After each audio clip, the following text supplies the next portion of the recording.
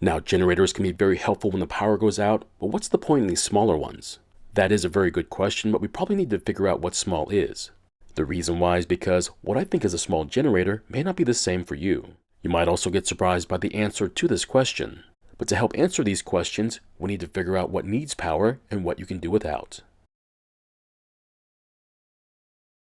In today's video, we're going to be looking at this small generator from Win, but more than likely someone else made it and they just put their brand name on it. This happens quite a bit often with equipment, but as long as the consumers keep buying them, well, they're going to keep rebranding them until someone says something about it. As you can tell, this generator is rated at 1500 watts but can surge up to 1800 watts. But to make it easier to understand, we'll use examples since I find that a lot more helpful. Now, to help visualize the problem, let's say you have about 60 100-watt incandescent bulbs in and around your home, and this would also include lamps and even the ones in your garage door opener. And if you had a way to connect this small generator to your home, it unfortunately would not have enough power for all the lights. However, if we do just a little bit of math and divide 1500 watts by 100 watts, what you end up with is 15. That means we should be able to turn on 15 of those lights. And because most all that power is converted to heat, those 15 light bulbs should provide about 1500 watts of heating too. That means, in a situation where there's no power and no heat, several light bulbs in one room could be enough to keep you somewhat warm. Unfortunately, the one you're looking at isn't going to keep anyone warm since it doesn't want to start. And because it won't, we'll have to test for spark. And if that's okay, we'll do a compression test since low compression will lead to this situation. So of course, in a blackout situation during winter, you're not going to just want to turn on all the lights. You want to power on other items. You're probably going to want to keep your internet working, either your modem and router or maybe your satellite connection too. And even though most people would wait before worrying about their fridge and freezer full of food, I'd rather deal with it sooner than later. Now, most freezers and fridges don't use that much power to maintain their temperature if it's still cold, but once the compressor turns on, it's a different story. So we're going to say that your freezer and fridge are not super efficient, and unfortunately, if both happen to turn on at the same time, it could use all 1500 watts this generator can provide. And even though technically this generator should be able to keep running while outputting its max 1500 watts, I don't like the idea of it doing it. And besides that, if you did have both connected to the generator, you probably don't want to power any of the lights. What I would do instead would be to alternate having either connected to the generator at any one time. I would also discourage you from opening any of the doors to help maintain the temperature, and instead have one connected for about 2 to 3 hours before disconnecting it and powering the other. Now, if it is cold in the house or in the garage, depending where they're located at, this plan should be doable. However, if this situation should come up in the summertime, things would be very different. So let's say that we only have the fridge connected at the moment, which means we should have enough power to turn on at least 7 of the lights, which isn't too bad. Now, some of you are going to say that 7 100-watt light bulbs might be too many to have on, which you might be right. But unless you have a very modern home with huge windows and skylights, your home could be a danger to you with only a couple of lights on.